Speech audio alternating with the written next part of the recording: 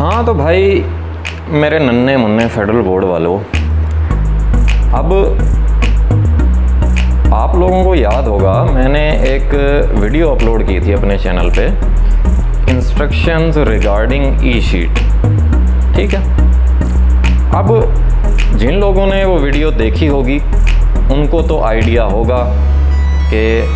कौन कौन सी इंस्ट्रक्शंस को पेपर के दौरान आप लोगों ने फॉलो करना था। जिन लोगों ने वो वीडियो नहीं देखी या जिन लोगों को उन इंस्ट्रक्शंस के बारे में नॉलेज नहीं था, उनकी जो मेन मिस्टेक जो सामने आई है जब मैं पेपर चेक कर रहा था, तो उन्होंने पता क्या किया हुआ था। उन्होंने ये किया हुआ था कि सपोज़ शॉर्ट क्वेश्चन का पार्ट नंबर 1 है, ठीक है, तो आपको पता है ई शीट पे क्वेश्चन नंबर 2 ब्रैकेट में पार्ट 1 लिखा हुआ होता है। तो आप लोगों ने क्या किया, उस पार्ट नंबर 1 को कटिंग करके वहाँ पे ऊपर खुद ब खुद पार्ट नंबर 2, 3, 4, 5 या जो भी पार्ट आप लोग अटेम्प्ट करने जा रहे थे उस पार्ट का ऊपर नंबर दिया, और आप लोगों ने बजाय पार्ट नंबर 1 को सॉल्व करने के, सपोज़ पार्ट नंबर 5 आपको बहुत अच्छे से आता था,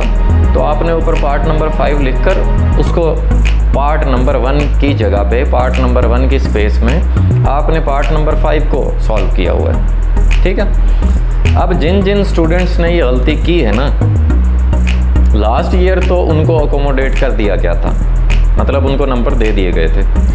लेकिन इस साल जिन जिन लोगों ने ये मिस्टेक की है उनको नंबर कोई नहीं मिलने वाला। ठीक है, स्ट्रेट अवे आपके 0 मार्क्स लग जाएंगे। एक तो उस पार्ट के नंबर गए, मतलब कि अगर पार्ट 1 की जगह पे आपने कोई और पार्ट सॉल्व किया हुआ है तो पार्ट 1 के भी नंबर गए, और जो भी आपने पार्ट सॉल्व किया हुआ है उसके भी नंबर गए। ठीक है, तो ये बहुत कॉमन सी मिस्टेक है जो कि बहुत सारे बच्चों ने की हुई है।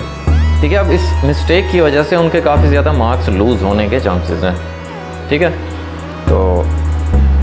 बहरहाल मेरी दुआएं आप लोगों के साथ हैं। मैट्रिक का जो रिज़ल्ट है वो फेडरल बोर्ड का, वो जुलाई के लास्ट वीक या अगस्त